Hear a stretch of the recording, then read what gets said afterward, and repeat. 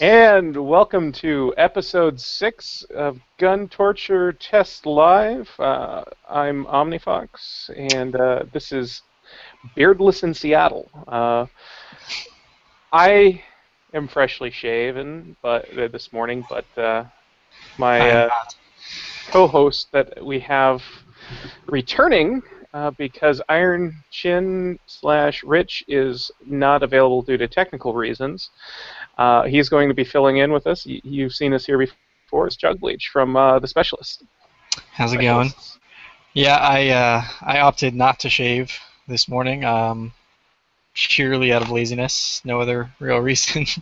um, I really wasn't thinking about this in the morning when I get up because I don't really like mornings very much. So, but yeah, you're looking nice and baby faced as always, and this is pretty much the most beard that I ever get. And although it's hard to see, from roughly here to here, nothing really goes on. So it's kind of a kick in the face from nature, saying I hate you and I hope your life is miserable. Right here, I technically can't grow any facial hair because of scar tissue, Uh-huh. and so that's why it takes me like a good solid 2 months to get enough growth to go over that spot. Else, I Uh-huh. look like a 12 boy trying to grow baby's first beard. Yeah, it's It, not really fair, but in the grand scheme of things, it could be worse, I suppose. I know you could inherit a bad heart from inheriting bad hair genetics is pretty low on the fucked over meter as far as genetics go. Well, that's the other thing. It's like my brother and my dad don't really have any trouble. It's just kind of me, so that makes it even worse and more obnoxious. Mailman's kid. Yeah, maybe. I don't know. I look too much like my brother, unless the mailman is getting really busy, which, it's possible. Although I think our mailman growing up was a woman, so I don't know how that would work, but Oh, which who were those people that claimed what was it all those years ago that they finally bred a woman with two women? Uh, shit. I I can't don't remember know. what. Somebody will probably go ahead and remind us of who they were. They were some crazy fucking I don't know thing. Uh, anyways, let's see While here. while we're while we're on the topic of hair, I guess people were saying the last time they thought I had a super hipster haircut, Yes, but that's right. I don't really follow what's different tonight. My hair looks exactly the fucking same. Nothing has They're changed. they're hipsters, so you don't have to change anything. That's right. Uh, Yeah, I don't know. Whatever. I just thought I'd bring that up because certainly nothing has changed between 3 weeks ago and now. it's quite funny. Uh, so my only thing with this episode is I'm not quite sure how to enable the Q&A app. It says this feature is disabled, but I have nothing to enable it with. Uh, maybe, maybe. Interesting. It didn't ask you right off the bat when you click it if you wanted to enable it? Nope. Hmm. Because when I did it before, it like asked me if I wanted to give it permission to open the app. I needed to specifically do that somehow. Uh, Perhaps I. Told it no. Oh, apparently I told it no at the beginning. That's what it says. Well, so you'll have to go ahead and shoot us a question on the Twitters, the Facebooks. Well, no, not the Facebooks because I don't have actual access to that. But you can go ahead and use the hashtag GTT Live uh, hashtag. It's just weird to say. Or go ahead and use the IRC or the Reddit thread we have this week. Did someone make one? I didn't really Yeah, see. I yeah, wasn't I paying made I attention. made one earlier. Okay. So this week we are going to cover lasers, suppressors, comics, guns, and other things that go bang, including 3D printing. Yes. Um, the laser. Well, first things first. Top goes the top. Uh, Everyone's saying that they think you're drinking soda, by the way. You should probably confirm that oh that's no, alcoholic. that's OG from 10 Barrel Brewing Co. It's down in Oregon. If you're ever out west, the best place to Uh, get drunk is in Bend, Oregon, if you like beer. I actually don't drink, interestingly enough. The craziest thing I drink is probably Red Bull, which I had earlier. Um, yeah, not a drinker. Well, most of the breweries out here do have their own sarsaparilla slash root Yeah. beer Oh, I love homebrew. going to breweries and restaurants that have breweries attached and stuff like that. Make their own beer because their root beer is always fantastic. I will say that much. It's good shit. Oh, and people are complaining about my that I wear the same shirt. It's actually I have probably about 16 of these shirts. Um, it's kind of funny. It's because I got a deal on them not too long ago, and I've been wearing them. So I haven't seen any questions come in, so let's go ahead and hop into lasers. This topic comes up quite often working in the gun store of, oh, dude, let me get the laser on that. And it drives me nuts. You have to play two sides of the coin there to determine, make sure that you want to sell them because you want to sell the product that you have on your shelf, but then you also want to make sure that you don't tell them to rely on the laser because they're very specific on when they're good, and that's even marginal when they're good. Right. uh, I don't know. Do you guys? I'm assuming you guys get a lot of call for laser effects and Yeah, bullshit like that. we pretty much put lasers on any M4 or any quote unquote assault rifle that goes out of this building when it goes on to set because, lasers are cool shit. And because every set pretty much has to have smoke effects and fog effects, those lasers are going to be showing up when you're putting them through that. So, Yep. it gives everything a more tactical feel and, more edgy and whatever. So, yeah, pretty much every gun that we have has had a laser on it at one point. Even guns that can't possibly take lasers, like they'll fucking tape them on. They just do whatever the hell they have to do, and it's a pain in the ass for us, really. Keeping the batteries fresh and whatever, because they just leave them on set all the time. People don't pay attention to that kind of shit. Yeah, So and the good ones, when they use lithium batteries, those lithium batteries get expensive pretty fucking yeah, quick if some and asshole leaves them on. a lot of the flashlights we use too use the same CR123s, and Yeah. they're super expensive, but I mean you can also buy them in bulk from China from lesser name brands The and get them exploding at kind. cost. Yeah, exactly. They don't last as long, and sometimes they'll spew hot acid on you, but other than that they're pretty good. They're cheap, so Hmm. you know consuming mass quantities it's important. And that, Hollywood's directly responsible for everybody wanting a fucking laser on their gun ever since. Was it Terminator Terminator or had a laser. He had like one of the original. I was gonna say, was it Terminator or Cobra that had the original laser? They both did. They actually, I think, both used the same model. Yeah. Um, on top of the gun. We have a couple of them here. I don't know exactly whether I would go and grab one. I forget what the brand is. It's like Laser Max, something like that. But they're like, they're roughly With a this long. They're yeah, super huge. with a Um, giant battery pack that has to go in a coat. yeah. And then what else? Beverly Hills Cop had Hmm. a scene, where they had a huge revolver with a laser on the top. So that kind of glorified it a little bit too. Those are some of the earlier movies that really romanticized it, I guess. And now, pretty much, you know, every movie, like I said, has one at one point or another. Yeah. Um, That leads to people believing that you can just, this comes up a lot in the store of all I have to do is put the laser on the guy and everything, and he'll stop attacking me type of thing. And it's A, the guy's not going to look at his chest and see the laser. B, right. it's not all that great of an accuracy tool because it's set for a specific range, and once you pass that range, it's whatever. Yeah, it's pretty much completely useless, especially, and not to mention that the beam width is going to expand rapidly past a certain point, so your dot is And going it's to hard to become, see. yeah, exactly. As that expands, not only is it getting larger, but it's getting significantly dimmer. Now, you can get super expensive lasers that go for, half a mile with a smaller beam width, but those are prohibitively expensive, at least for my line of work and stuff like that. Oh, Um, definitely. yeah.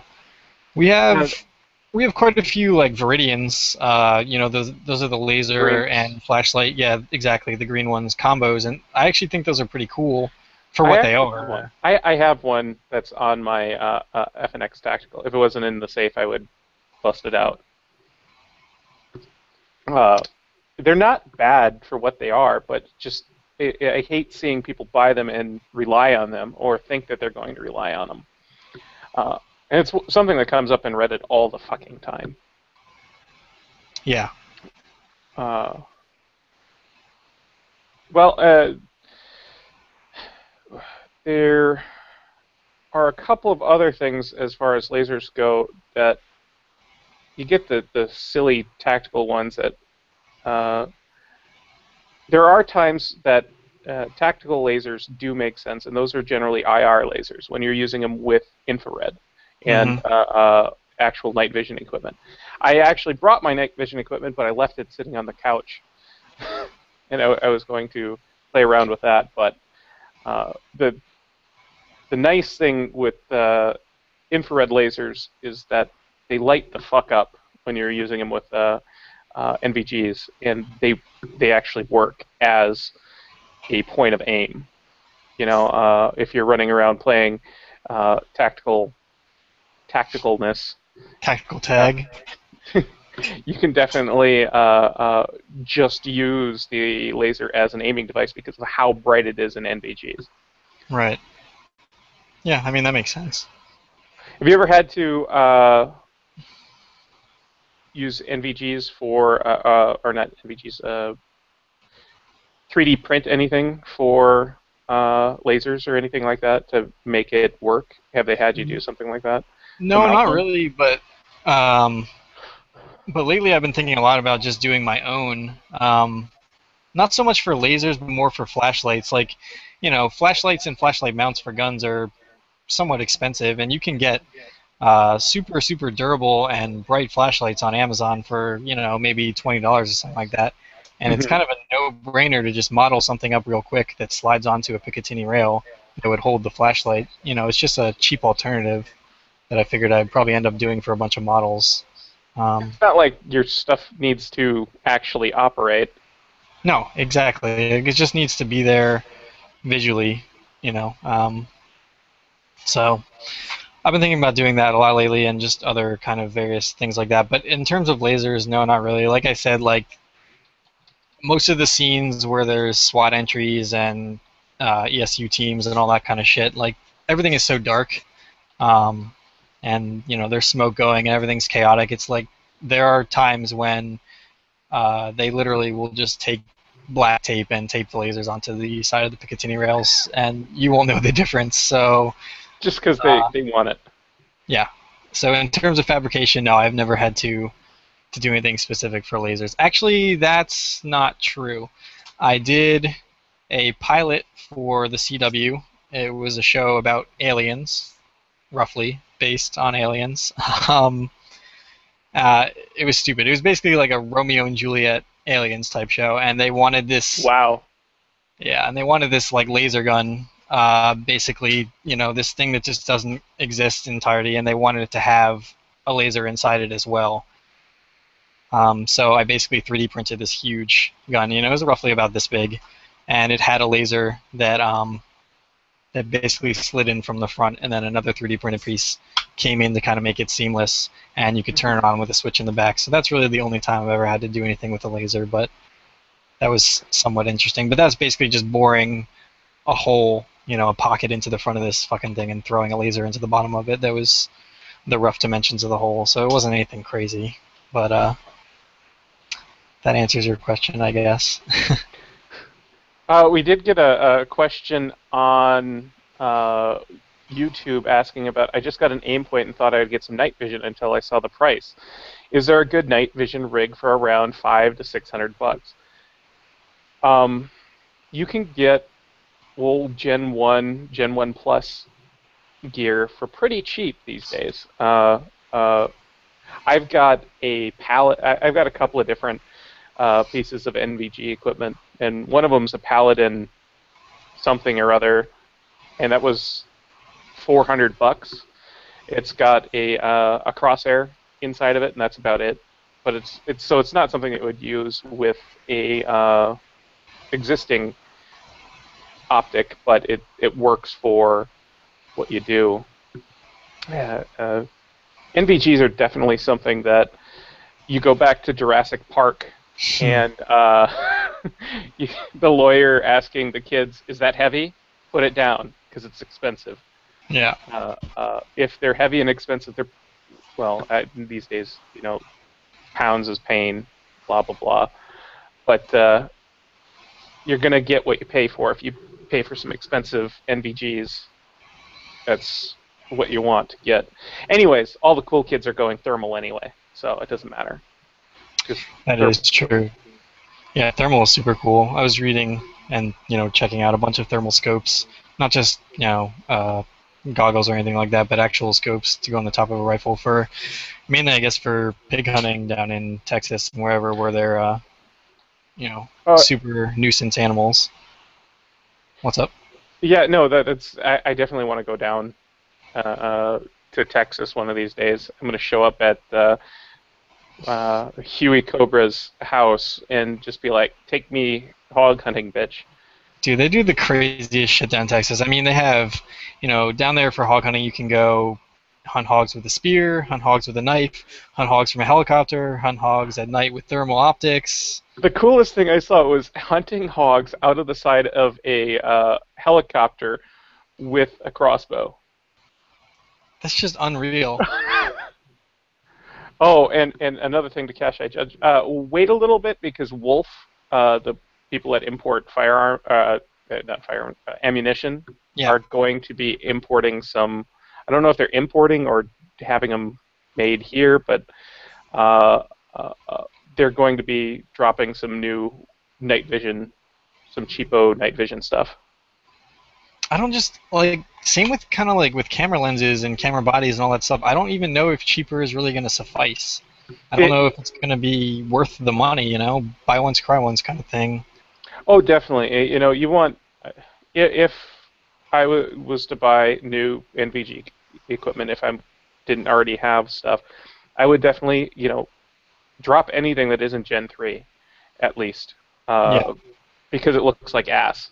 Even the kind of modernized Gen 1 Plus is still pretty shit. Mm-hmm. No, it's not pretty shit. It is shit. It's definitely a what you pay for type of situation. In the fucking IR lasers are retarded expensive. Yeah, I have no idea. I don't even get why, but I guess it's special. It must be. I mean, maybe the optics are different. I really have no idea. Oh, and somebody in IRC commented that apparently somebody wants to hunt hogs with tannerite. I mean, it's kind of an interesting theory. I don't know how humane it would be. I guess it would be a quick death, as long as they were close enough. But I don't know that either. I mean, I guess they're a nuisance to animals, so there's not really too many regulations. But interesting question, I guess. No, apparently somebody has. Somebody's done it? Somebody sent me a live leak, so that's obviously a gruesome video if it's on live leak. I believe, isn't that the default answer? I mean, just because someone did it too doesn't necessarily mean it's legal either. So, but I mean, it is Texas. Yeah, that's true. It is Texas, but Texas, as somebody even pointed out in IRC, Texas doesn't even have open carry. They have. It's retarded. Just kind of a strange state regarding firearms. They're better than most, or better, not most, I should say. They're Probably about average, I guess, really, if you factor Yeah. everything in, um, which is fine. But it's not the end all be all like everyone would expect. It's not the Wild West, like the If only. Texas you kind of would imagine. Yeah, that would be cool. Uh, so the other one of our other topics, if I think we could go back and forth on lasers all day about how Tactical Timmy loves his lasers, but they're not really all that useful. Something that actually is useful and is a fun topic are suppressors and suppressor design. Yeah, So I came across, I guess I'm slow and late to the game, but apparently Ares armor, uh, everybody should be familiar with Ares by now. They were the guys that got raided by the Ata'uf over a kerfuffle with a 80% lower. And anyways, so now they've released a interesting muzzle brake that is 6 inches long. yeah. Uh, It's actually a on their picture on my screen. I assume you all can see that. I'm not entirely positive. Mhm. Um, that's it. They claim, of course, that it's not to be used for suppressors. Just like the same. Well, I guess SIG did own up to the fact that their muzzle device for the upcoming and anticipated MPX, um, in theory, is actually for a suppressor, but it's just you have to. They state very obviously that you have to go through it, doing it legally and in the terms thing of with the getting it. the thing Good. with the SIG one Hmm. is it was threaded on the front as well. Yeah. So all you literally just needed a tube that big, that long, you were done. Yeah. Whereas the difference with the Aries thing is that there are no front threadings on it. There aren't. That's true, but they did already make it drilled out so you could pin it and weld it to your rifle to make it non-SBR legal. 16-inch barrel, Mm-hmm. which really, if you designed your shroud correctly, could be easily utilized to turn it into a suppressor. Now they do have this weird little knob in the front of it. I'll pull it back up real quick. You can see it right on the front on the right. I don't know exactly what that's for. I don't know if their intention is for that to kind of prevent you from sliding a tube over the front of it. Uh, they have what they're dubbing as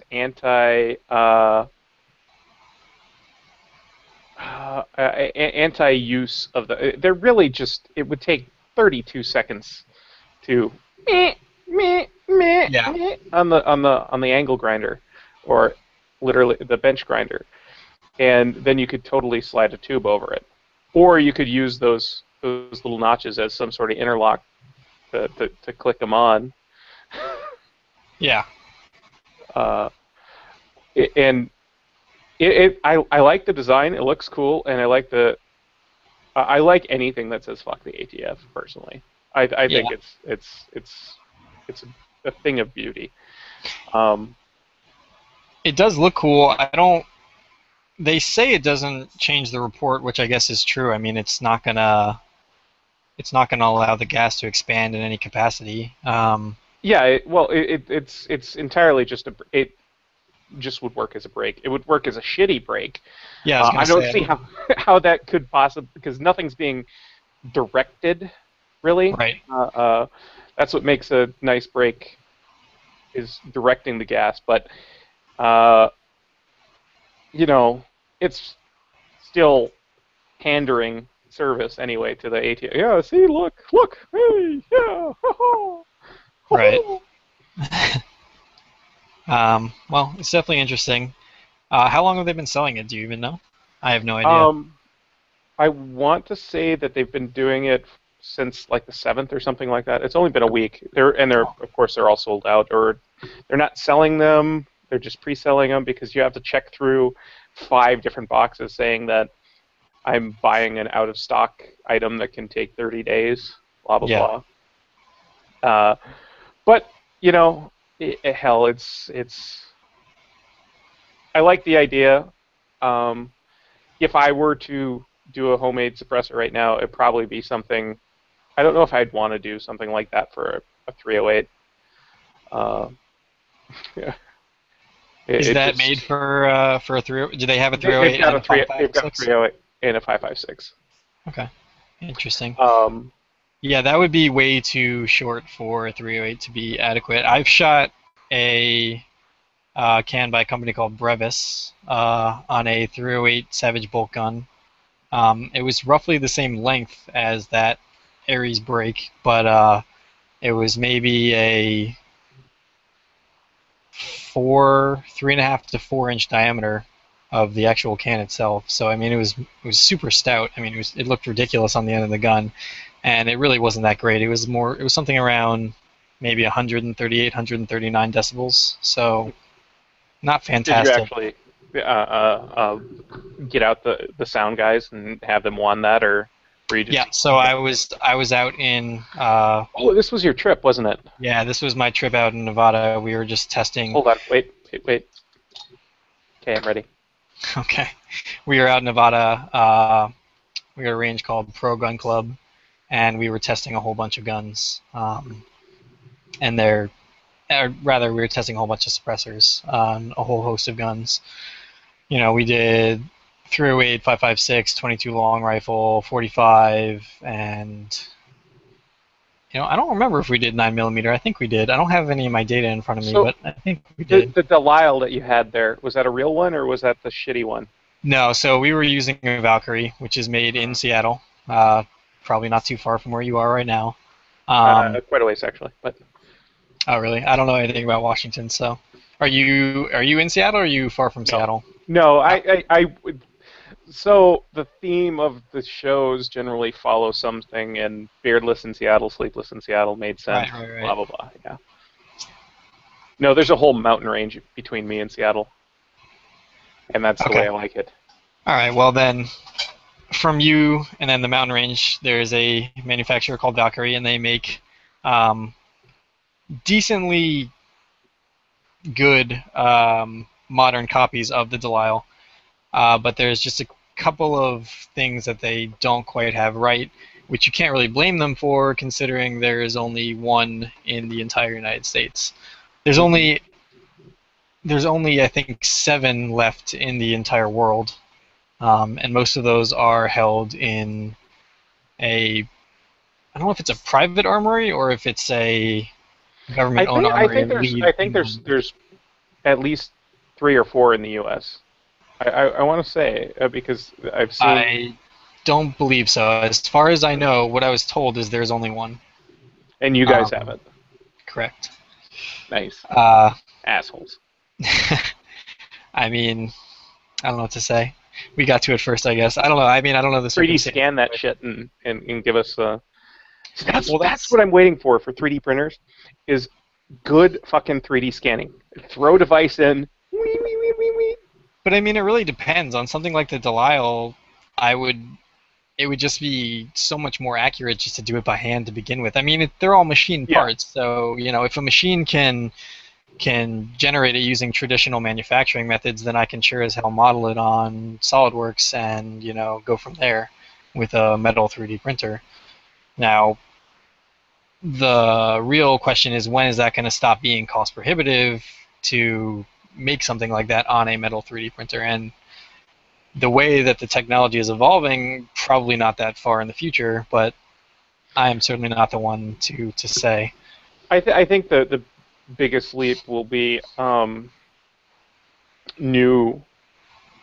I honestly want to say that the best thing that'll end up happening is because additive is so damn hard. You know, Yeah, something subtractive. More modern CNC mills with different heads and stuff like that. I think is where we'll see the biggest advances as far as firearms design, because it's really really hard to do additive, a strong additive process that isn't super expensive.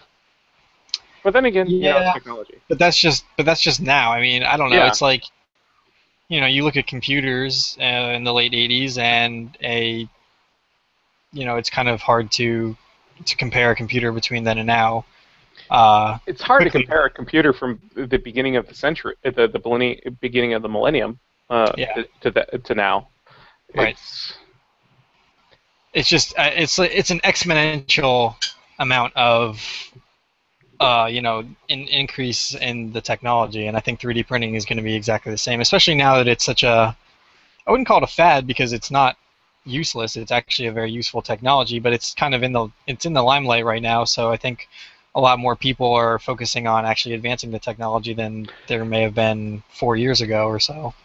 there is definitely something to say about having the ability to go, fuck, I need this little tiny part thing that if I could just have the shim or something that would do this, it would be awesome. And then you go to your 3D printer, you model it out in SolidWorks, boom, you've got this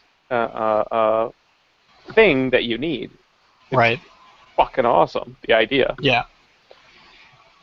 And I mean, even beyond that, it's like, okay, let's say it would be cost prohibitive to do a certain part that you need for a gun in metal, and 3D printing wise, but you can machine it, but you need a special jig for it. Well, then maybe it's going to be a lot less money than buying the jig than it is to model the jig that you need in SolidWorks and either print it out of metal or out of plastic. I mean, some of the ABS plastic that's coming out of these machines, and polycarbonate for that matter, and nylon, is, the tensile strength is insane. So you can really get away with doing cool things and making yourself little tools like that will save you hours and tons of money, uh, you know, on a 3D printer versus buying it from someone else or outsourcing it or whatever, you would have to do otherwise. So, Oh, I mean, indeed. yeah, I use ours on a daily basis. Same with the laser cutter. I mean, the laser cutter is invaluable for uh, even the most like basic of things that I need to do. I mean, if I need to put a bunch of holes in a piece of sheet metal to make a grid, but I want to do it super accurately, I just throw either a piece of paper, a piece of cardboard, a piece of plastic in my laser cutter, lay it all out in Illustrator, and I just cut out the holes, and then I have a perfect template that I can trace it instead of spending, 45 minutes to an hour sitting there with, a ruler or whatever it would be and laying out this stupid grid. So, Yeah. there's just all kinds of things. There's so much. Technology is fucking awesome. We could spend hours just talking about the way that because we've got what we got 3 months, people, before I want my fucking hoverboard and I want my mass-produced auto lacing shoes. I know they did some, but they sucked. Nike, get on that shit. You got 3 months. Uh, There's actually a campaign on Kickstarter right now. for I the think auto lacing shoes. no, it's for some sort of levitation, kind of like little desktop levitation device, but the people are toting it as, buy this from us, look at the technology, and then go ahead and make your own hoverboard Hoverboard. basically out of it. Yeah. Yeah. Um, see if I can find it Well, real there quick. was that whole Tony Hawk prank thing that they were doing with the hoverboard. I thought that was pretty hilarious. A Oh lot of yeah, people yeah. fell for that. Uh, Because people want to believe. Like I want to believe. I want a hoverboard. That's so sweet. And I think it'll probably happen sometime in our lifetime, but I don't know exactly when that'll be. so back to the suppressor thing. Yes. Um, so what different kinds of I'm assuming you shot a bunch of different suppressors, Yep. including different suppressor designs, baffle designs, wipes versus baffles type of setups. Yeah. Did you shoot any We wipes? Yes, we shot a couple with wipes. We shot a Scorpion with a Czechoslovakian suppressor built specifically for the Scorpion in 32 ACP. Unfortunately, the front wipe, we were going to change it, but we were running out of time in daylight, so the front wipe was pretty much obsolete at that point. So it was kind of unpleasant to shoot without hearing protection. It was right around the border of recommended hearing safe, Painful. which, by the way, is 140 decibels according to OSHA, and 140 at how many exposure hours? that is, God, I don't know. It's For most, 100. It's most people, 100 and oh, go ahead. most people don't realize that the decibels are OSHA hearing standards are really weird in the fact that it goes exposure length and also decibels are on a logarithmic scale. So there's a big difference between 136 and 140, even though it's only four numbers. Yeah. There's a huge difference there. So I'm trying to look real quick how many hours it is. It doesn't really matter. No, it doesn't matter. But Go yeah, ahead. so essentially 140 is the threshold that they say for not consistent exposure, but for intermediate exposure. And I think the Scorpion with the wipes, minus the front wipe, was shooting right around 138, 139. So loud. Yeah, loud pretty much. It was enough to cause my ears to feel some discomfort for sure when shooting it, but not to give me permanent damage, which I already kind of have. I already have slight tinnitus, but that's completely unrelated to firearms for the most part. That is due to a scuba diving incident, I guess you would call it, but that's a completely different story. So Um, that Scorpion, I know a lot of people would probably love to shoot one of those, even though they're 32 ACP. yeah, I mean they're cool guns. They're a little strange because they're. Yours actually run without jamming? Because I've never shot a Scorpion that didn't jam at least a little bit. I was not shooting it on full auto. I was shooting it on semi, but it ran a seven rounds out of probably a 20 round magazine without any problems. I mean, I don't know a ton about Scorpions. I know that there are two different variants. There's the traditional one Mm-hmm. that everyone kind of thinks of when you say Scorpion. Let me see if I can find it. So this is the traditional one, which of course. Oh, I see. So there's a couple of different kinds of. Most of the ones brought into the U.S. were the original piece of shits that look like exactly what you have on your screen. Yeah. So there's this, but there's actually another one. Well, if we're excluding the new ones that CZ is putting out now, which is Scorpion Evo 3, yeah. Which is awesome, by the way. And we were supposed to get like 3 of them, and then I don't know, there was some problem with the exportation out of Czechoslovakia or something. I don't know. No one's been able to get any in the States yet. Yeah. The new Bren too there have been a lot of issues with the import export. So that's the one that we were shooting. But then here in New York, we actually have different ones that look kind of strange. Let me see if I can find it real quick. Yeah. Those are the ones you have in-house? Yeah, so the ones that we have here look like this, which is a little different. It's kind of bizarre, but they are Scorpions. Mm-hmm. With the magazine forward. Yeah, so the magazine is forward. The grip is slightly different. They're side charging instead of top charging, which the other ones I was showing were. These ones right here. That's I guess that is a side charger. For some reason I thought it was top charging, but it's not. They use a straight magazine, which are actually polymer mags for whatever reason, and the mag release is completely atrocious on them. It looks like you got to come up with kind of come up like that to take the mag out. It looks retarded. From the straight mag or from the curved mag? The straight mag. It's like that big Yeah. weird bulbous button to the left of the magazine is the Yeah, release. so you have to come up around and clip and pull. Yeah, yeah, it's really bizarre. But they work. I guess they don't really get rented very often. It's not a super popular gun as you might imagine.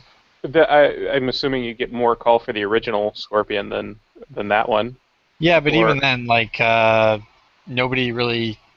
It's not a well-known gun, at least in yeah, the Hollywood industry. So there's not much call for it. Plus, like everyone wants an Uzi, everyone wants an MP5, MP5K. Now, as we discussed last week, MP7s or P90s are kind of the new new cool hotness. thing. Yeah, exactly, the new hotness. Yeah, definitely on the MP5s and stuff like that. That's the quintessential. Oh my God, Spurg gun. Yeah, I mean MP5Ks are beautiful. Aesthetically one of the most beautiful guns that there are out there. Are you shaking your head in disagreement or? No, Oh, well, okay. the I like the MP510. Sorry, say Or that again. the The MP10. MP10. Yeah, Yeah, which is the 10 millimeter version, I yeah. assume. Yeah, and then 10 there's millimeter, the. 10 millimeter. I mean, there's so HK has put out so much. I don't know if I would call it random shit, but so much crazy shit over the years. I mean, you got the what is it? The 556 MP5 is the HK53, I think, and then you have the HK53K, and then you also have the belt-fed variant of it. Those are all magazine-fed. You also have Yep. a 308 version. You also have the K version of the 308. You also have the belt-fed version of the 308. I mean, it's just like it's Yeah. outrageous. And how? I mean, I guess for them, it's not really a matter of practicality. It's just a matter of why the fuck not? Because really, what are you going to do with a 4 or 5 inch barrel 308 belt-fed machine gun? Nothing except have fun shooting it, pretty much. So I don't know if it was HK that got that fucked us over with the first one to make the 308 pistol. But imported 308 was never a huge thing. Uh, no, not but really. then you know, fucking, it'd be nice to get Norinco shit imported again. Yeah, we have Well, quite a. I mean, the best AKs that we have that we converted into machine guns are our Norinkos. They run flawlessly. They run beautifully. do you have any Uh, Claycos? how many what? Claycos? No. See, I made a post probably a year back about uh, the ATF when somebody when they need a background check, what they do is the ATF Tracing Center calls the FFL, and it falls to whoever answers the phone at my shop that I work on the weekends. Whoever answers the damn phone. So no one likes to answer the phone. But anyways, whoever answers the phone has to go schlep through the back through the last 20 years worth of records to find uh, uh, uh, the the particular trace that they're looking for. So the last one that I went through and pulled was a Norinco SKS, and then in that section of were Clayco AKs, Norinco AK, just awesomely great Chi-Com imported, 7.6239 equipment that you'd never can see anymore. Right. And it was just just tears to my eyes, or it was just the piles of dust because the ATF called it in. Uh, the It was 19 years ago and 11 months to the day. So we still had the fucking records, of course, and we still Right. had to go schlep through it. But it was like the last portion that they could actually pull it on. Yeah. So, anyways, that brings us back to if you want to blame somebody for import bans, go ahead and blame uh, Colt and Ruger and all the other American manufacturers that didn't want the Yeah, they didn't competition. want the competition, so they just said, ban this shit, which is, I mean, I guess from a business standpoint, it's understandable, but from a gun enthusiast standpoint, which you would hope people working for that company are, which they may not be. I mean, some of those companies, I'm sure, hire straight businessmen that want nothing to do with firearms. Um, it's kind of Yeah, no, abominable. it's and here's the thing, people will sit there and bitch that it was the Clinton administration, but all of that was laid out in the Reagan administration. All of that is from. It doesn't matter what party lines with that. That was entirely money. That was Yeah. that was money and in campaign contributions. Boom. Yeah. That's stupid. Dumb people. And of course, now we have the new ban on 545 ammunition. We have the new ban on Well, we have Sega the and sanction. It's a sanction on sanction. Russian imported firearms, which people believe that they eventually will be repealed. Which I highly doubt that we'll ever see those sanctions disappear, because the same thing with the Norinco stuff is the sanctions. Yeah. It's like, okay. Yeah, and I'm sure when it first started out with Cuba and everything, those were probably sanctions at first and turned into, however many years ago. What was that, like Oh, 70, 60s. 75 years ago, something like that? Yeah. Yeah. So, you know, Fuck, I want sugar pops back instead of fucking corn is so cheap because shit. I could start spooling off on corn subsidies and bullshit like that, but you know we used to import this dirt cheap sugar from Cuba, and it was fantastic until uh, we're now stuck with there's very few places in the U.S. that actually do cane sugar, and now if you want actual real cane sugar, it's a lot more expensive than it used to be because of stupid sanctions imposed by administrations decades ago, yeah. and we're stuck with that. So TXGI is bringing up the point that supposedly the Sega factory and the Mullet factory or whomever, all those manufacturers were, in theory, sold over to a private businessman so that the guns could be started to be imported again because they weren't held by the government anymore of the Soviet or Russia, not the Soviet Union. It's a little outdated. Um, I haven't personally looked into it that much. From what I've seen other people saying is that's kind of it may have happened, but it's not exactly that straightforward in terms of whether or not that means that they can be imported again. But I guess unless you have anything to add to that or know anything more about that, really only time will tell in that respect. Once you start seeing new guns in the country, I'll believe it. But until then, it probably doesn't mean anything. But Yeah, it's we. That was the huge thing with the Russian sanctions. Is my first things out of my mouth when I heard that Obama was going to place sanctions on Russia. Here are the three things that Russia exports that makes big money for them: natural gas, pretty women, and guns to the U.S. yeah, If you really want to fuck with Russia, you fuck with their natural gas reserves, and because the United States produces the most and the cheapest natural gas. Uh, we get it when we're harvesting helium, and we get it when fracking and stuff like that, and we've got this huge, massive surplus of natural gas.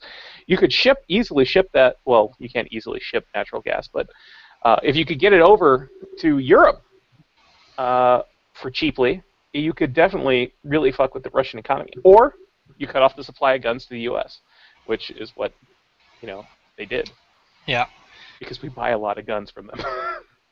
yeah. But it's also a win-win, of course, for our government with that many people out there just calling for the ban of pretty much anything gun-related. Oh I my mean, god! yeah, I mean they don't even know what they're referring to half the time that they're talking about guns. So if anything, Shoulder even thing that goes up. gun-related, gets banned, then they're gonna be overjoyed from it. So win-win for the good old U.S. of A. Yeah. So back to suppressors, I guess, considering we really haven't said anything about No, suppressors. we just keep dancing off on tangents. Yeah. I mean, it's such a broad topic, I So guess. so were were the scorpions the only ones that you shot with wipes? I'm trying to think because most other things were Modern um, suppressors. more modern suppressors. Yeah. Oh no, actually, I shot a. So you know the AWC amphibian, which is basically an integrally suppressed Ruger Mark II Hmm. extended barrel. I mean, they've been made Yeah. by every manufacturer, but well, Gemtech for a long time manufactured one of those, um, which has subsequently been discontinued and no longer offered through them. But we had one of those, and we shot one of those, and it was pretty good. It was somewhere around That maybe was the old 100. wipe style that Yeah, you're. it was an old lifestyle that you had to disassemble, and you had to basically. I think it used I forget exactly what it used. Maybe some sort of screen material or something like that. But it used wipes, and it was pretty good. It was around 126 decibels. Which is low. It's definitely pleasant to shoot. But I think the best we did, which I think was also with a Gemtech Outback 2, shot around 116 decibels. Which is, as you said, being a logarithmic scale, it's a significant improvement over 126. Oh yeah, definitely. Yeah. I want to. I can't remember if AWC started producing. I want to say that they started producing a new version of it that you didn't have to disassemble.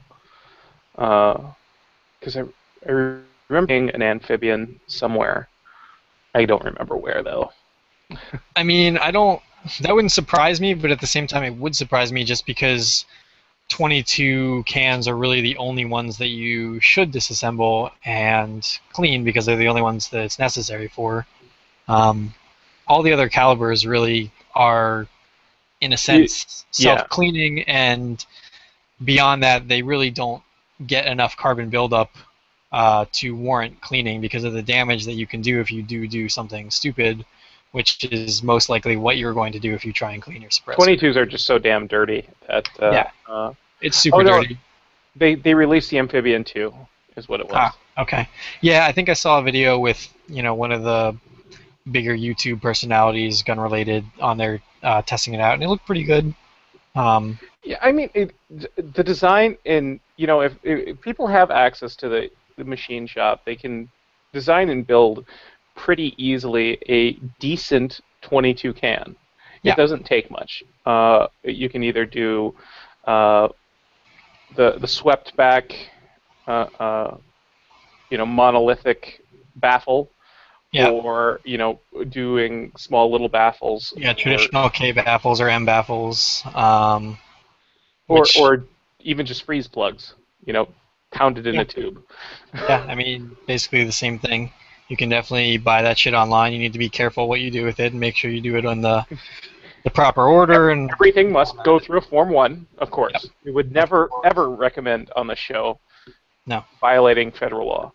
no, absolutely not. But yeah, and they all work, decently well. There are little tricks that the major manufacturers know to squeeze out, a couple decibels here and there or whatever. But in general, um, you can get a pretty good suppressor built, yourself There are for a lot of public domain suppressor designs that are really easy to copy.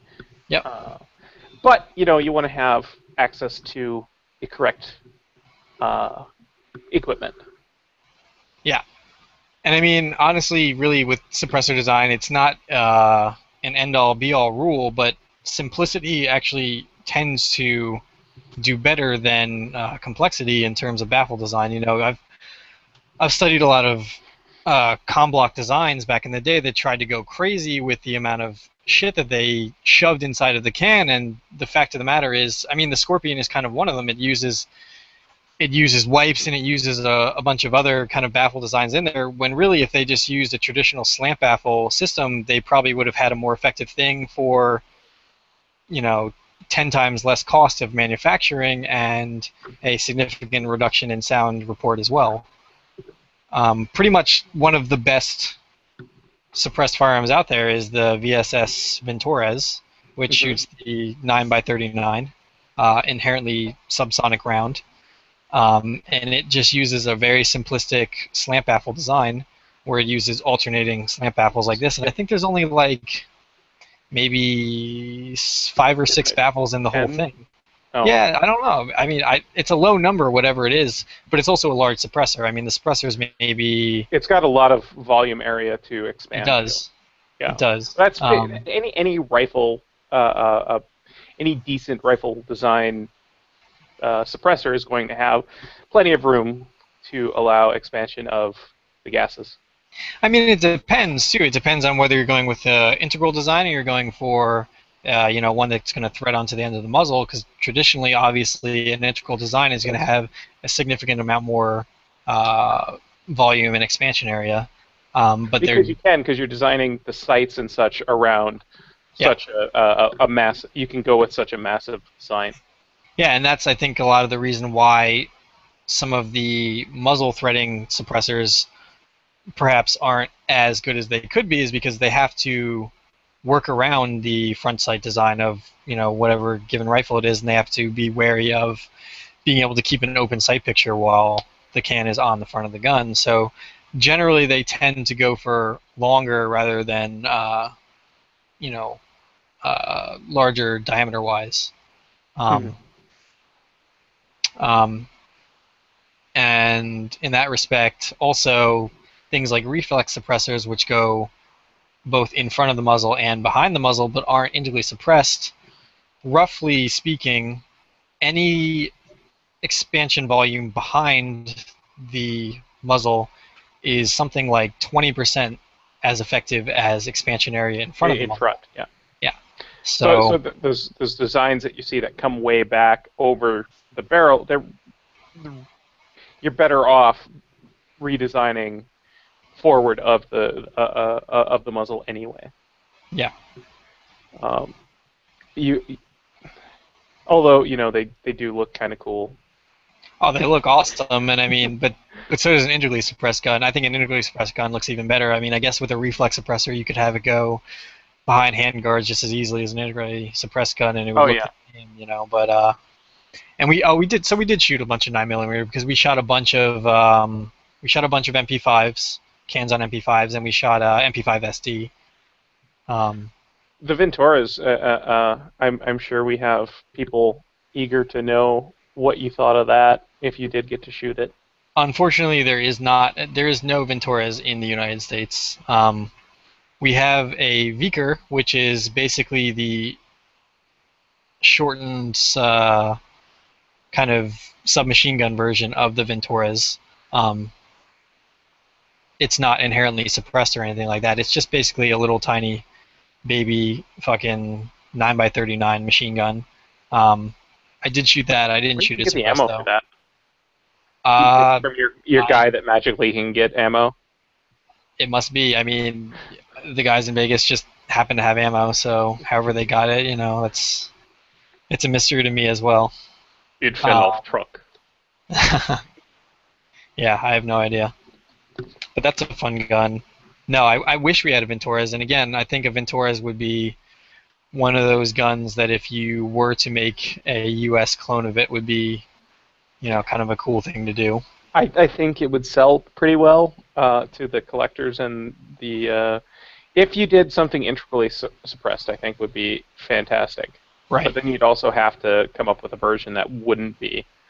But that kind of defeats the whole purpose of totally in the first place. I mean, the whole purpose of that gun is a kind of like a spec ops, select fire, sniper rifle, assault rifle hybrid type deal. Magic, quiet, magic stick that can kill you from. I think because I don't remember, but I think it's a decent amount of range for what I think it's accurate out to like 400 meters or something crazy. Yeah, I was gonna say like 500 yards or something like that. 400 to 600 yards or something in that range, which is pretty insane. Because I forget what the bullet weight of that is, but it's a heavy bullet to be going that far. So it still has a pretty good amount of energy out to those ranges. Yeah, it's the mass that you. I want to say that they're like um, shit. I don't even remember. I want to say that they're like 250 grain Yeah. projectiles that are nice, long, and fat. So they buck the wind well. They have a pretty decent ballistic coefficient for a 30 cal cartridge. You know, because the vastly superior ballistic coefficient cartridge is 6.5, anything in 6.5. Hmm. Uh, which leads me to Arma 3, and I do love the fact that their magic gun that they put in that game was a 6.5 Creedmoor gun, or was it 6.5 Grendel? I'm not sure. Anyways, it's a magic 6.5 gun. We did get a question from YouTube comments of the AKs on the new Century American-made offerings. I can do a for our next show. I can have one sitting here for demo. It's a fan. They're Centuries. This brings us back to our conversation about the import ban. And Century, is now making some of the first American built 100% AKs that aren't complete shit. Because IO has made them for years, but they're complete shit. They're piles of junk that you just may as well throw in a scrap heap. Whereas like the C39 and the new one's going to be the RAS 47, which will be stamped, are actually, they're not the greatest AKs, but they're decent, and they don't have to deal with sanctions. Yeah. It's pretty cool. No 922 or whatever the fuck that bullshit is. I can never remember what the number is. You know what I'm talking about. Yep. The requirement for a certain amount of American-made parts. Those obviously don't qualify since they're made in America. Okay. You But have to have 10 parts on. And I don't want to say too much about that, but my opinion is that really goes for distributors, not because no one has ever been convicted on a 922R violation alone.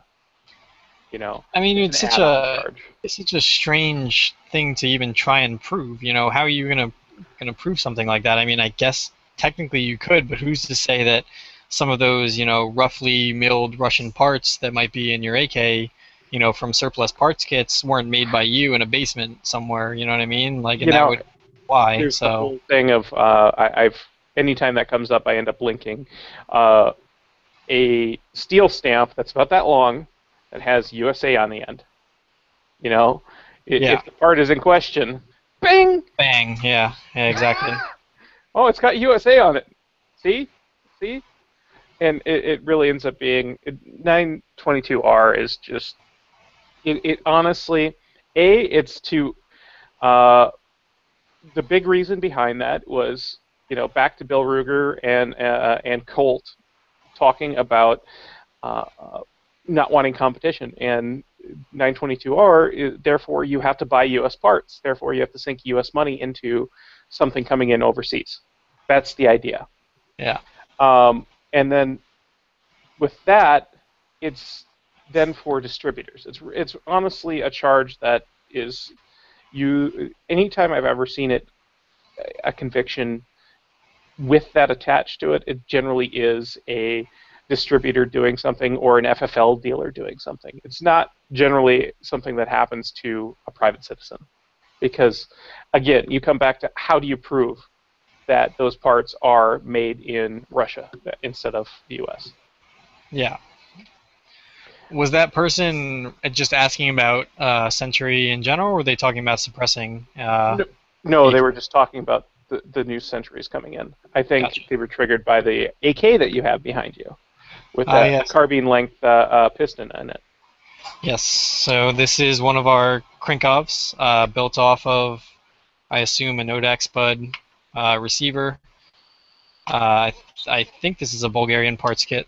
And as you can see, once again, much like the MP7 last time, it is suppressed. And for this gun, I brought a tool in here somewhere, but I probably lost it because my desk is kind of a mess. Here it is. The suppressor is actually the blank firing adapter on this gun as well. So I mean, this Oh yeah. suppressor is just aluminum, straight hole, bored straight through. You know, the Krinkov is kind of a bizarre gun to suppress to begin with because the threading is completely different than any other AK style gun. It uses a Yeah, it's that metric. weird. It uses that weird left-hand twist Yeah, stuff. well, these actually use a right-hand twist.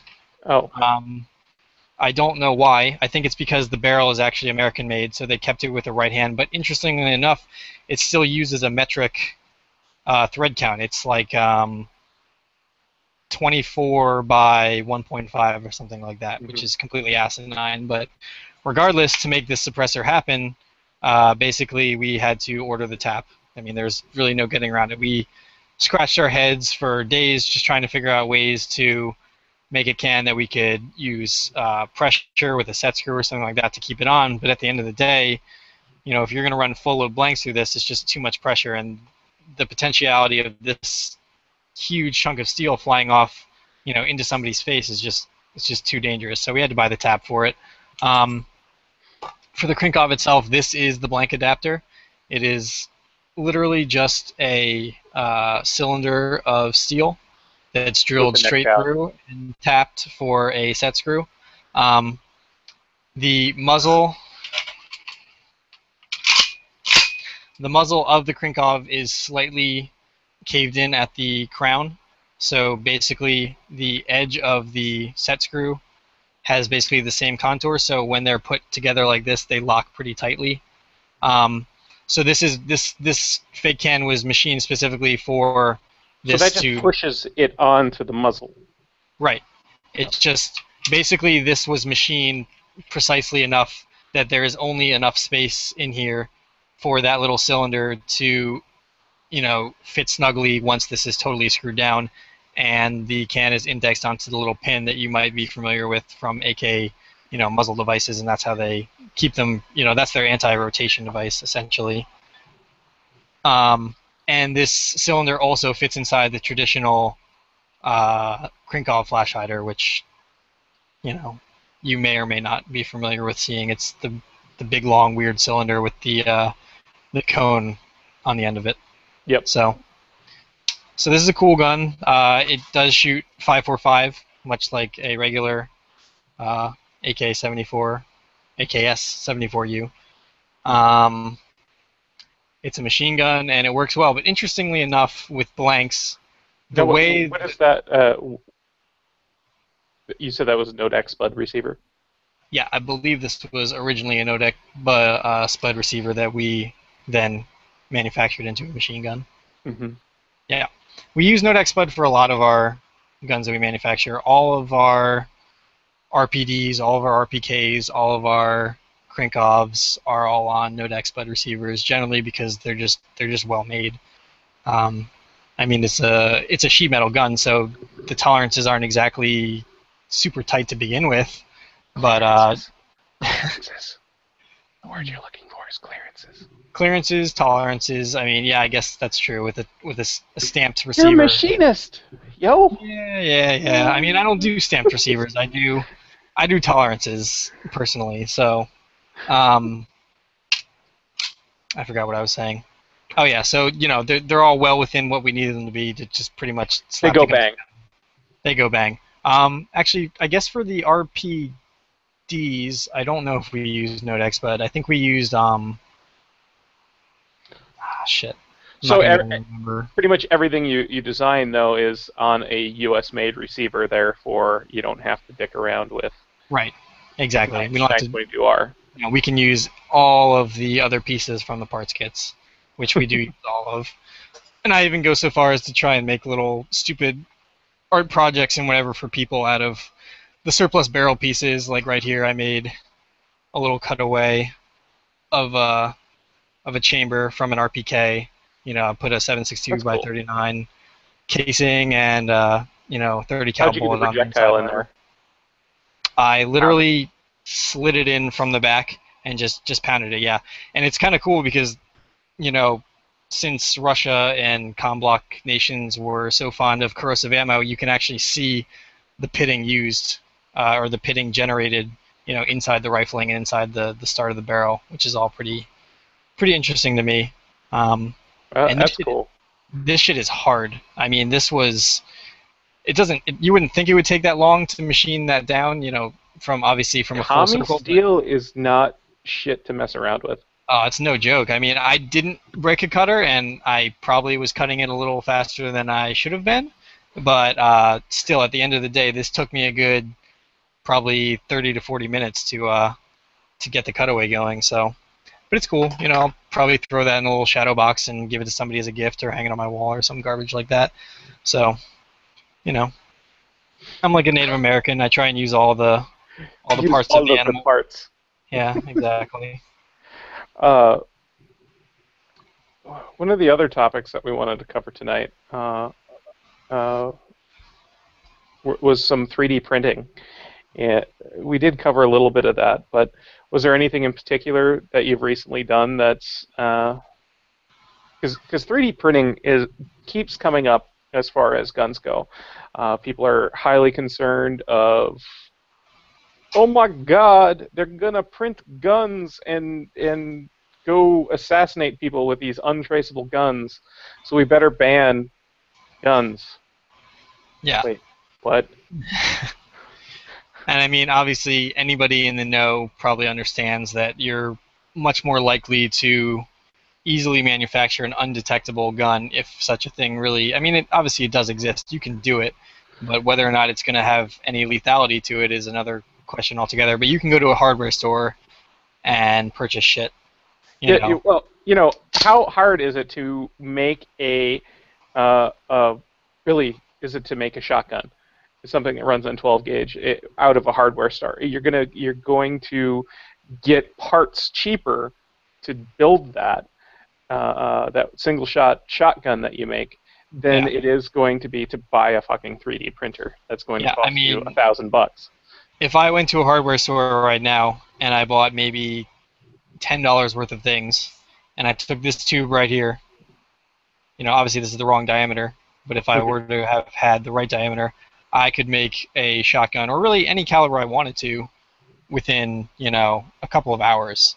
And it would at least get one shot off. Yeah, if that, for sure. For a shotgun, no time whatsoever. For other calibers, maybe a little longer, but, Yeah, because you'd like to keep your fingers. The shotguns are so wonderfully low pressure and such high amount of lead being thrown that they're actually pretty effective. And they also carry the advantage of not needing rifling to perform. So, that's another beautiful thing. And now, obviously, if you were to do the same thing and take all your design of your little single-shot homemade suppressor and print it all out in plastic and try and shoot it, it's going to blow up in your face, and you may or may not be dead instead of your intended target. And then, because additive metal printing is, printing out something like a 1911, I believe, is the only thing I've seen somebody actually print out of decent steel or metal would be several $1,000s, whereas you can go spend the $20 at a fucking Home Depot. Right. I mean, honestly, I find that number claim slightly suspect, but not the idea that doing a single gun like that would be cost prohibitive. It at this point in time would definitely be far too expensive to logically do that. Instead of using a machining, a CNC. Yeah, instead of using a traditional machining method, CNC casting receivers. I don't even know, are there casting 1911 receivers? Somebody must be doing that, right? Most of the ones that come from the Philippines are cast. Yeah. Or maybe they're forged. Whatever. I mean, here's the thing that people don't really seem to understand about 3D printing. It's like, I can take this coffee cup which is full of 22 ammo for whatever reason, and I can print it, and that's cool. I made something out of essentially nothing or out of a scrap material for almost no work to me. Once I have, my model done on my computer, which takes X amount of hours, I'm essentially done. Um, but that's not the point of 3D printing. The point of 3D printing is that you can make things that you can't possibly make using traditional manufacturing methods. If I wanted to do some sort of cup with crazy undercuts and all kinds of crazy helix designs on the inside that would literally be impossible to do as one solid billet piece, I could do that with a 3D printer, and that's the main point of 3D printing to me. So all these people freaking out about, oh, they're going to print guns, they're going to do all these things, that's just not going to happen, because there's no point in that, at least at this current venture. Why would you do that when traditional machining is going to be more cost effective, have a higher tensile strength, et cetera, et cetera? Yeah, I completely agree, and the fact that 3D, like I said earlier, 3D printing is something that you, oh shit, I need this little widget type of things, that I really can't bust out on the CNC mill. Right. Or it's going to be a big pain in the ass for me to build this, whereas I can magically make it appear out of plastic. Yeah, so I mean, a perfect example of that is this. This is a navaja that is a traditional Spanish fighting knife. I don't know a ton about them, but I do know that they were used for a long time in Spain. Mostly around the mid to late 1800s, and they're somewhat rare in the United States. Now, we do a lot of fight coordinating and stuff like that for the Metropolitan Opera, and things of that nature, and they use a knife like this in, I don't know exactly which play it is, and the stunt coordinator, or rather the fight coordinator who works for my company, said to me, hey, we have these navajas, I have this one, can you make me a couple stunt ones so that I can use them for training so that the actors can get used to it? And they had done this years before on the CNC. They modeled it in Rhino, because at the time they were using Rhino. Wow, that was years ago. I mean, Rhino is still supposedly pretty good. I just despise it because it's basically a big pile of crap compared to SolidWorks. I only use it for engraving on the CNC, but only because I don't have a CAM software license for SolidWorks. I only have it for Rhino, so I'm unfortunately forced to use Rhino, which is an interesting experience to say the least, but whatever. So many years ago, they had done it on a CNC mill they prototyped it out of wax, saw that everything was good, and they eventually machined it out of aluminum, so they had these navajas, but, I spent maybe an hour and a half modeling this in SolidWorks and printing it in 6 hours, and, overnight he had 3 navajas waiting for him the next day to take to training that are completely dull, not sharp, actor safe. You're not going to hurt anybody with this unless you really run into them with the tip, which is fairly blunt. It's stuff like that that 3D printing really shines. It's like you need something now, and really, depending on what it is, within a matter of hours, you can have it without having to order anything, as long as you play your cards right. It's a magic replicator that makes things. Exactly, and as long as you're skilled in SolidWorks and you can do what you need to do, then you can pretty much make anything. I mean, you remember I was trying to make the Barrett. Oh God, what was the number? XM109 or whatever it was, I think. Yeah, the 25 millimeter grenade launcher. Yeah, so the 25 millimeter grenade shooter. It's not even really a launcher. It's such a flat trajectory on those fucking rounds.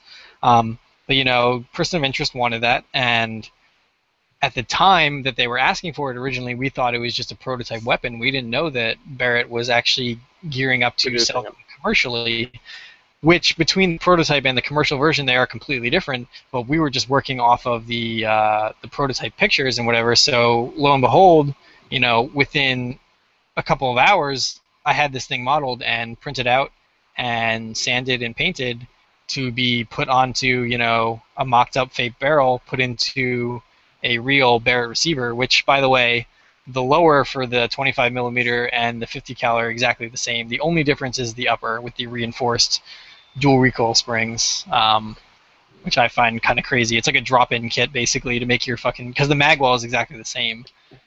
It seems like the 3D printing is such a boon for a weekly serial that where you have to bang out something in a very quick amount of time, uh, type of Yeah, thing. If you're doing a weekly serial that's being filmed weekly. right. And I mean, that's the name of the game in this business is like now, now, now. I mean, they come to us and need things tomorrow, and without a 3D printer, it's just like the tool pathing alone on a Navaja like that would take you practically as long to do as it would for the plastic one to print out itself. Hmm. You know, and that's the other beauty of 3D printing. It's like once the model is done and I have all that work put in and I slice my thing and I send it to the printer, I walk away. You know, I routinely start things at the end of the day and I come in the morning and it's just completely done. Whereas if I CNC the same part, I have to sit there and babysit the machine, make sure it doesn't crash, make sure it doesn't overheat, you know, change tools when a certain operation is done and I have to change over to the next one. It's just like you have to babysit it the whole entire time unless you're using $1 million machine out of Japan that does everything automated with a tool changer and, you know, 5-axis, whatever, whatever. You know, the 3D printer does everything for you. It's, again, back to magiciness. So, this being, Gun Torture Test Lives, we always will have our Reddit thread of the week. And I don't know if you got the message I sent you. I The did. one that we're covering is we had a gentleman post up some silly stuff of debating on forming an armed neighborhood watch group.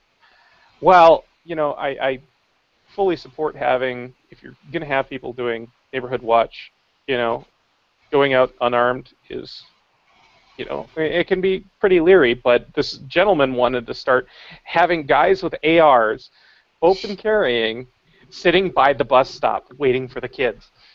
Um, there are a litany of reasons why this is a bad idea. Uh, not everybody in your neighborhood is probably going to be okay with guns. B, open carrying long guns in such a manner generally would be considered imitation or intimidation, excuse me, and almost not the best thing.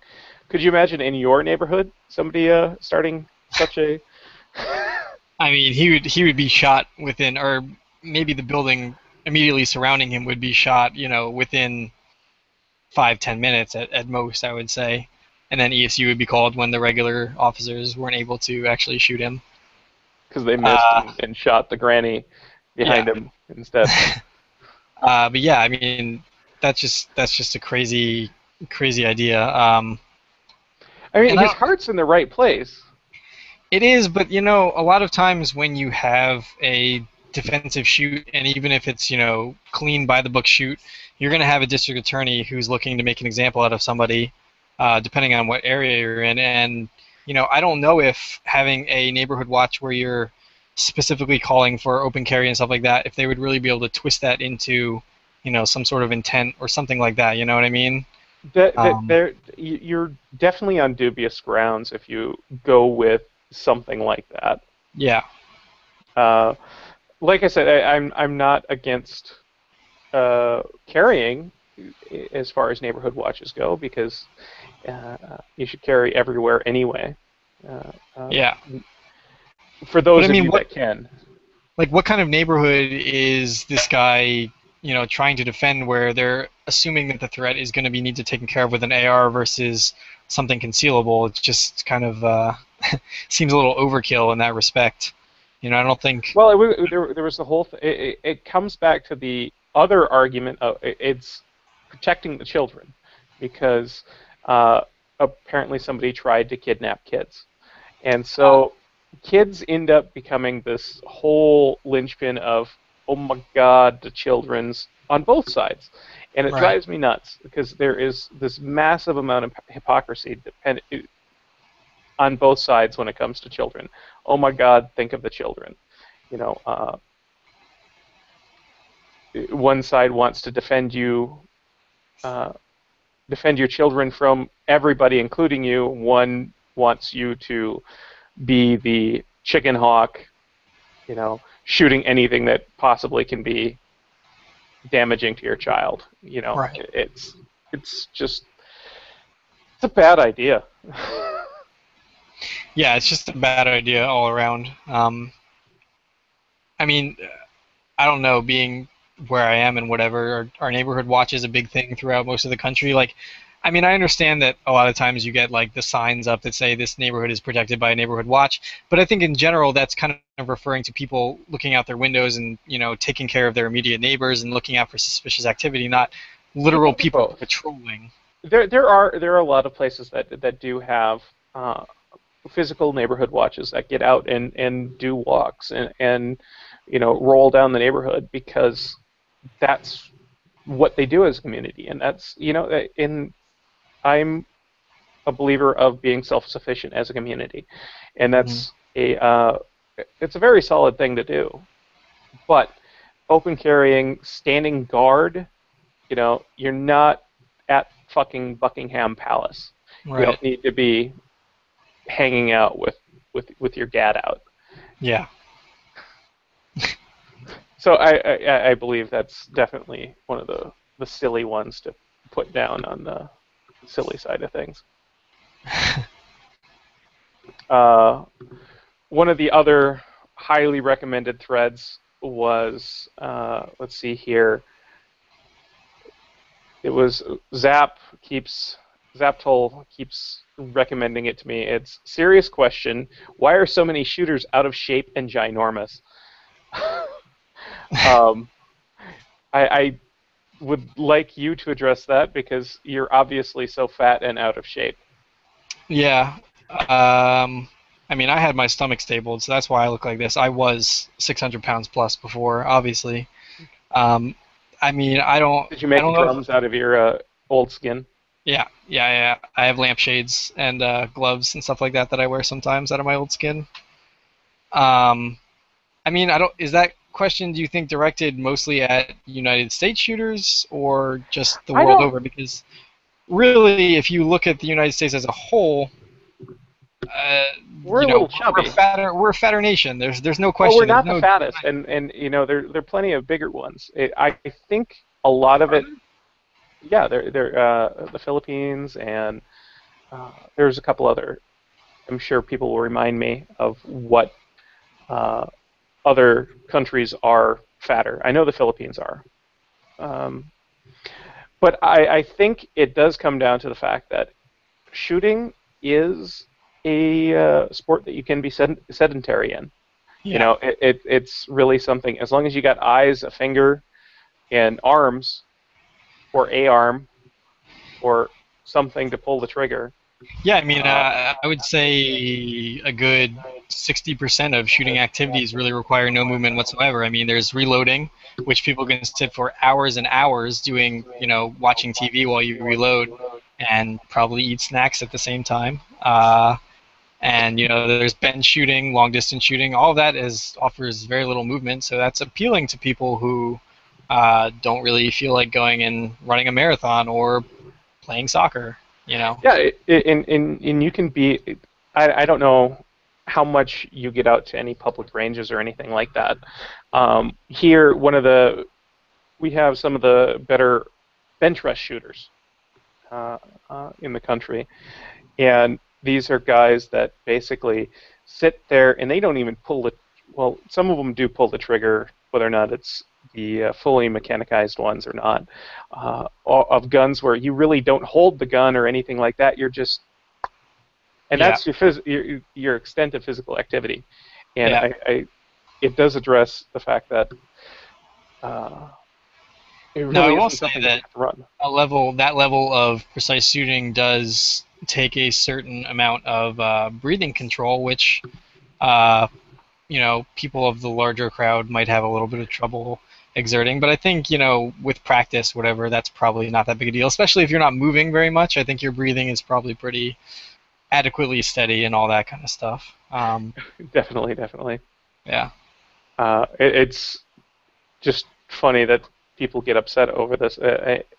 And that's the thing that I love about guns, is it brings in so many different types of people and different lifestyles and stuff. It's great when you get people on either side of the aisle or anything like that, coming over these wonderfully engineered mechanical marvels that sling a chunk of lead, you know, uh, uh, uh, from in here way down range and do so with repeatable accuracy. It's just a cool thing to do.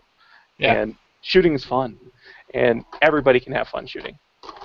But that's probably also the reason you should hate guns, is because it brings all people from all walks of life, because half of the people on this earth are horrible, and then you have to Yeah. then you have to deal with that portion of people. But that's probably anything. You get your That's tactical Timmies rolling up and such. Yep, your mall ninjas, all that kind of stuff. And that's another kind of point, is like a good half again of firearms enthusiasts, or maybe not a good half, but let's not say enthusiasts, let's say users, are military law enforcement. And I'd say in general, let's exclude New York City, in general, they're probably pretty fit people.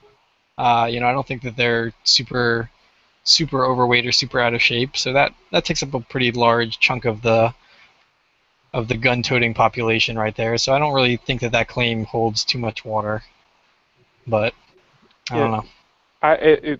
like I said, it's a very broad walks of life that it comes from. And that brings us to one of our top posts for the week this week, is how I hold my handgun as a dwarf. This person has a variation of dwarfism in the fact that I'm sure all of you are familiar with what dwarfism is. It's various stages of stunted growth and such. And this guy, again, we bring it back to guns. Mark Twain said, God made man, Samuel L. Colt made man equal. And, you know, the dwarf fellow can't, little person, whatever, I'm not going to get PC here, he is probably not going to be able to physically defend himself, but if he had to, he has the means, because firearms bring massive walks of life, everybody together in a common activity, and the ability to defend oneself. And he's adapted the way he shoots to work for him. The normal method won't work for him, but because he has adapted himself to be able to shoot. Yeah. Yeah, it's interesting because I think, did he use a Glock 26 or a Glock 19? It was a 26, I think. It's crazy. It looks bigger to Maybe me, but it's a 19. no, I think it is a 26. It's the 26 because it's a Gen 3 without rails. Yeah. Okay. It just happens to look so large in comparison. Yeah, exactly. I mean, that makes sense. But yeah, I mean, that's cool. I don't know. I did read it, but I don't really quite remember. I mean, it doesn't seem like once he gets his grip situated and he starts shooting, that he has any problems, re-choking up or anything like that once he gets going. Well, his grip is a little bit different. So he grips it with the left hand, and then comes around with this hand to pull the trigger, because his fingers are truncated to the point where he can't fully activate a strike or fire a pistol. Right. And like I said, he modified what he needed to do for himself to be able to run his gun. Yeah. Yeah. And it's a really interesting read. If you're on Reddit, it's one of the top posts on the guns forum, because a lot of people were highly interested in this. I would love to see different adaptations that people use due to physical abnormalities or any sort of shortcomings that they have to overcome in order to enjoy the same sport that the rest of us do. Yeah, and it's cool to see that he didn't just take, I mean, no matter which way he approached it, it would have been good. But it's kind of cool to see that he's still stuck with a Glock 26 and didn't go down to something significantly smaller, like a Pocket 38 or something like that, which would obviously Hmm. probably accommodate him better, but it's going to have arguably less reliability, less stopping power. That's a whole other thing, 9 versus 380. But he's stuck with 9mm, which I think is a fantastic call. And he made it work for him. And he spent the time and didn't give up, so that's cool. Yeah, it's a very neat uh, uh, bit of information that I was very happy to learn. Yeah. Um, so we're at about an hour and a half into the show, uh, and I don't know. There's probably a lot more that we could cover on suppressors, depending on how Yeah. much you want to I go mean, into it. I shot a couple of other interesting ones. I'm trying to think. I shot this one, which is the AWC Odyssey. It's a 22 long rifle suppressor. Essentially, what it is a can that essentially utilizes a baffle stack as the actual outside dimension of the can. It doesn't have a shroud, Oh, which really? That's the actual. That's not just that's the no, that's not monolithic. the baffle stack. That's the whole device right there. That back portion where it says Odyssey 22 is the threading, and the front portion, which looks like a non-sleeved baffle stack, is actually the entire can. Um, So logistically, you would think that it actually wouldn't work very well because you're sacrificing a significant amount of expansion room, correct? Yeah, Um, there's nothing to contain the gases on expansion. well, no, it's all contained. It's all closed. Um, Oh, is that? Oh, I see. Is that basically? So they're not they're not they're not expanded. separate pieces. Okay. It is one billet piece of or welded. I don't actually know which method. Probably welded, considering Yeah. it would be impossible to machine that tradition. Not impossible, but very difficult to machine that otherwise. Um, yeah, so that is a sealed can in its entirety right there in that picture. So That's you would actually kind of think neat. it's neat, and you would think it wouldn't work, and you would be completely right because it was terrible. it was it was pretty abysmal. I mean, I think it shot somewhere around like 133, 134 decibels, somewhere in that range. Um, so not at that point, you're not doing much better than suppressed 5.56 out of a roughly, I forget if we were using a 10.5 or a full 16-inch So barrel that air. was on a that wasn't on a rimfire. That was on an actual center fire. No, this was on a rimfire. I'm just comparing Okay. centerfire to rimfire, showing that this can did so poorly. It was compared to non-subsonic 5.56 suppressed in terms of decibel reduction, which is Pretty terrible. something to be ashamed of. I don't know why you would even go ahead and market this. I mean, if you're going for some sort of space gun novelty suppressor hybrid type thing and you think people are going to buy it, then by all means sell it. And I don't know, I obviously have no sales figures on how it did, but I do have mathematical figures on decibel reduction, and it really didn't make the grade very well. um, Out of everything that we shot, I guess I should probably stop that. Out of everything that we shot, um, I think the most impressive can was actually an AAC Cyclone, Those which are really rocking can. Did you shoot any Thunder Beast? Just no Thunder Beast. Um, I mean, that thing was on, it's a 308 can. We were hitting like 128 decibels, somewhere around that range. I mean, that is a really impressive uh, meter reading for 308. Non-subsonic ammunition. So that's pretty crazy. And yes, that's I use mbit because I'm lazy and I'm not going to install some other random. Like I already have 1, 2, 3, 4, 5, 6, 7, 8, 9, 10. I already have like 12 programs running just for work alone between Photoshop, Illustrator, SolidWorks, all the things I use for slicing and 3D printing, internet browsers, Spotify, whatever the fuck. So I'm not going to install an IRC program. I'm too lazy for that shit. Yeah, the Cyclone is a pretty rockin' suppressor. Yeah, it was fantastic. 556, we shot a whole range of things. We shot uh, Did you shoot Griffin AAC. armament? Anything? No, we shot some Knights Armament stuff. We shot it from their what's their, you know, crazy proprietary sniper rifle thing. I can. Do you know what I'm talking about? I can't think what the fucking gun is called. Anyway, um, it's actually a really kind of an interesting can because it's super super long. And it goes over the barrel, but it Which way actually comes isn't. back? Yeah, but it's not a reflex suppressor. I don't think it actually. Um, I don't think that rearward stuff actually does anything. It just kind of sleeves over the can. So is that on their SR-15 or SR-25 or something like that? No, it's on their. Yeah, I think it's on the SR-15. It's the M110 is the name of the Oh, so can. the SR-20. Oh, okay. Let me see. Let me look it up. Interesting.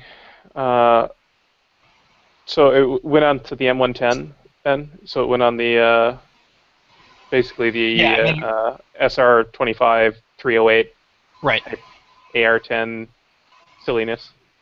Not silliness, but you know what I mean. Yeah.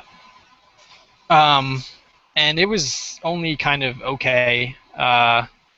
Yeah, the Mark 12 or the Mark 11 is the gun that it goes on. Hmm. Um, it was okay. It didn't really do fantastically. Shorter cans probably did better. I mean, I've always wondered that about their can, if there was any reflex in it, because they're so fucking long. they're long, but they hug the barrel in the back. So I mean, it definitely changes barrel harmonics for sure. So I'm sure point of impact is, Impacted. yeah, not maybe drastically, but has to be somewhat. I don't know if it would actually increase it because it would, in theory, kind of make it more of a bull barrel. But you know, we didn't do any testing in terms of point of impact. In fact, we weren't even shooting at targets. We were just shooting into the berm directly because really only sound reduction was our only goal for the day. Neat though. Yeah, I wish I had all my data in front of me because it would make it a lot easier for me to you know to tell you impressions that I had and whatever. In terms of 45, we shot an Osprey, which actually did really poorly. Um, Comparative to, or just generally. Generally, I think it was sitting somewhere around like 135 decibels with Were you shooting wet or dry? I'm assuming since you're out in the desert, you're probably shooting dry. everything we shot was dry. We didn't bring any water. Um, and I mean, really, when you're doing suppressor testing and suppressor manufacturer testing, stress testing, all that stuff, you should really do it dry because for the most, you can't guarantee people are going to have water. You can guarantee that they're going to have your can and a gun to work with it if it's going to work at all. But being able to shoot it wet is kind of a luxury that not everybody necessarily has. So you can shoot it dry, wet, and you can take readings off it, but it's not something you necessarily want to publish as your claims in terms of decibel reduction. Yeah, Um, it sounds, generally you want to keep things equal when you're going to do comparison type shit. right. Uh, What else did we shoot? We shot a Gemtech Halo, Gemtech Raptor, Gemtech Raptor 2, um, AAC Tyrant. Actually, we shot the Tyrant in 45. And in comparison to the Silencer Co, it was significantly better. yeah, the Um, Tyrants, I've got one of those, and it's pretty fucking baller. yeah, it's interesting actually because um, there have been reports that the Osprey, due to its non-circular nature, um, and used with tilt-lock firearms actually can have some clipping and baffle stack impacts because of the extended length of it, and preemptive, because of the extra back pressure, preemptive unlocking of the barrel system, the suppressor actually starts to tilt before the bullet has time to clear the end of the suppressor, and you actually get baffle strikes and end cap strikes. So I don't know the validity of such claims, but I've heard that before, which is kind of interesting.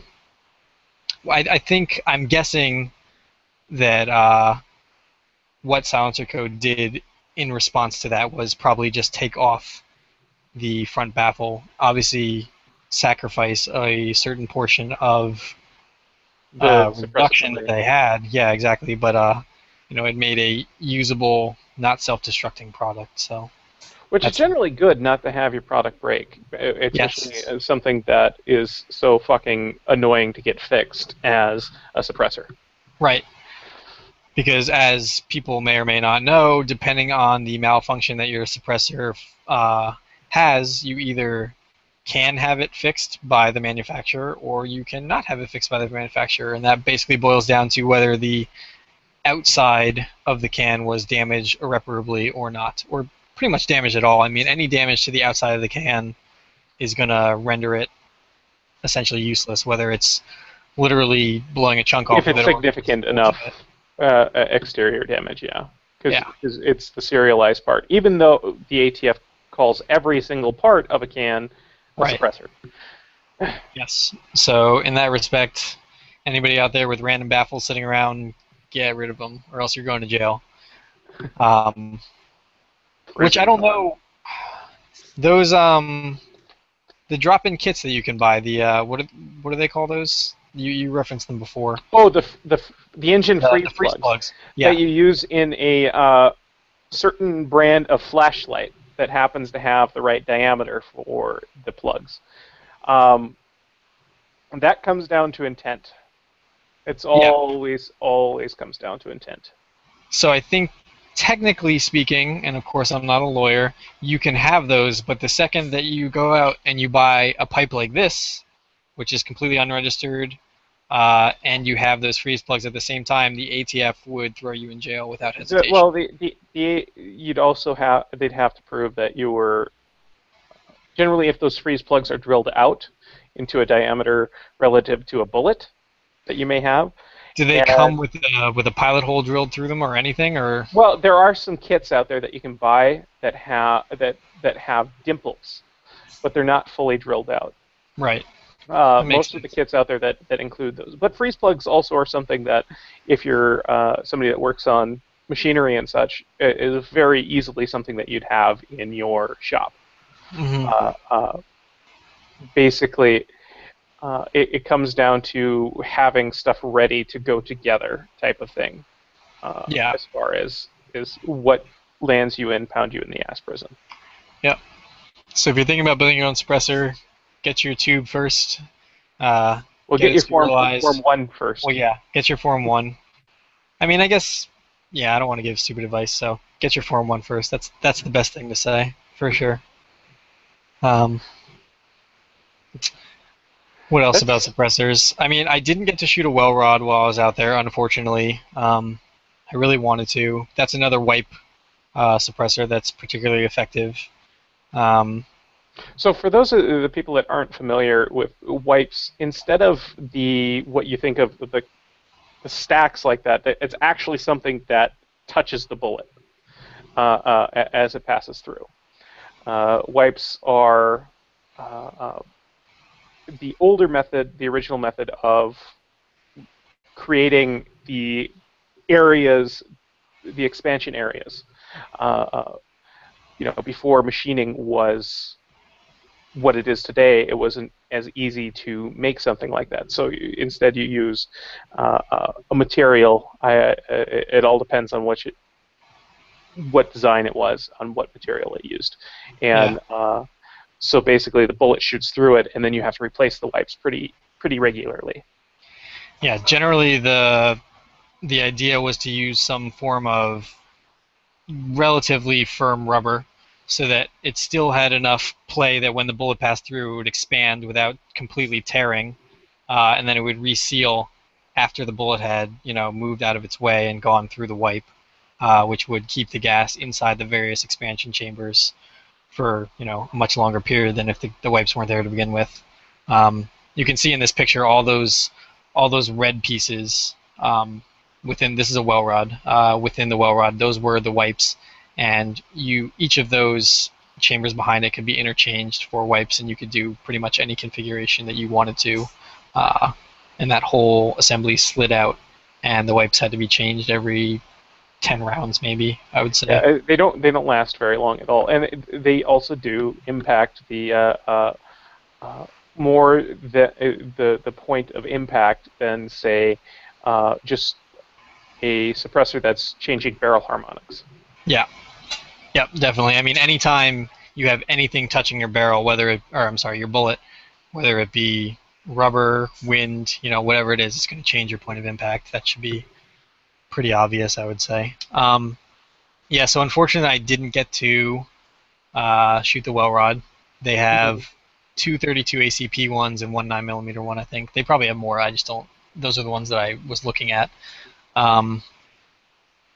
So maybe next time I'll go out there and I'll shoot those, because that's definitely something that I'm super interested in and super You just like the unique, super quiet, individual type guns. Yeah, I mean, any gun that was designed specifically for covert clandestine, basically assassination work is kind of something that I'm definitely into. I keep doing that. I keep not paying attention and screen sharing my other screen. Yeah, I mean. So you hear that, ATF? He's very into assassination. Yes. No, I just think it's cool. It's an interesting concept. It's obviously those guns were created in the infancy, or, well, I guess it's quiet not even target, really quiet target removal. Yeah, exactly.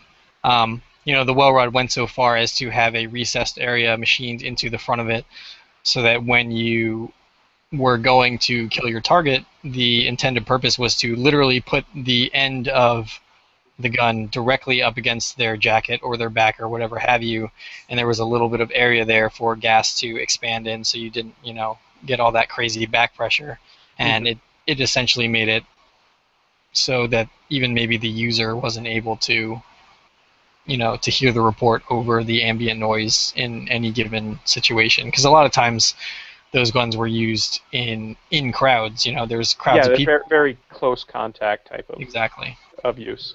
Exactly. And then the Russians instead went with close contact BBs in air guns to deposit various poisons instead of a firearm. Yep. Which again is probably it's probably another. That's probably those a smart are awesome. Move.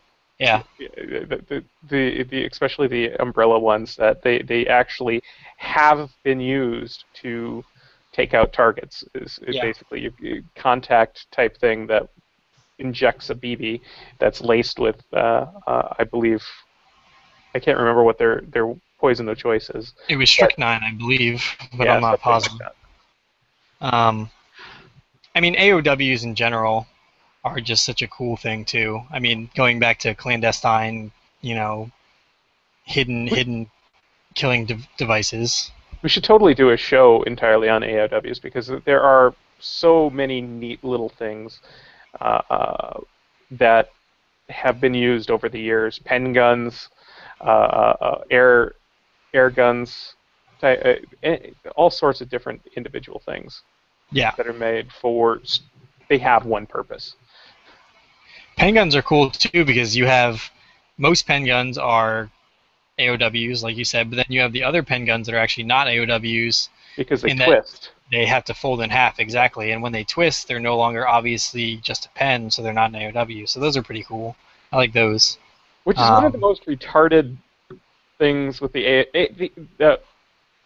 as far as law goes, gun laws go, the AOW descriptions and such like that are so silly, and it's amazing that the people that wrote them were able to get out of bed in the morning Yeah. and function in society. And then the other cool suppressor that I shot was an original 1910 Maxim suppressor, the first suppressor that survived, 114 years. It was still housed in its original tin housing that it was shipped from the Maxim suppressor company to your door. They just pretty much put a stamp on the end cap and sent it right in the tin.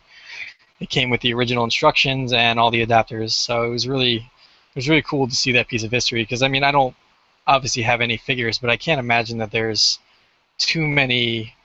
No, there's not many of those still laying around, because back when they were coming about, that was $200 was a lot. It was a hell of a lot more than you paid for the suppressor. That was a lot of fucking money. That was essentially the point of that tax at that time, was to discourage people from paying the $200 to pick up an item like that, because they thought they were frivolous for whatever reason. And it's quite frankly amazing that in that 90 some odd years or whatever since the passing of that amount has not gone up. That blows my mind, but. Well, the way it was written, luckily, it was never written to increase, which is a fantastic thing. Even though the NFA is terrible in itself, but the fact that it's only $200, we can say that it's only $200 now is it's $200 more than it should be, but whatever. That's an entire show. Right. And with that, we're approaching the 2-hour mark, and I don't know. I think we've covered most of our main topics that we were looking at today. Yeah, I don't know if we went terribly in depth in any or did a terribly, good job on any of them, but I think we did decently at least. So it's good. Each of those topics that we go over, we probably could, do their own show. Other than the fact that lasers are stupid, don't get lasers on your gun. Just lasers are stupid unless you're cutting things with them or engraving things with them. Or you're operating operationally at night with infrared. Yeah, if you're capturing Osama bin Laden, then they're important. Let's see, suppressors, don't do something stupid that's going to land you in federal prison. Not all suppressors are good. Yep, and 3D printing is neat, but it's not right now going to be the main way that you get guns.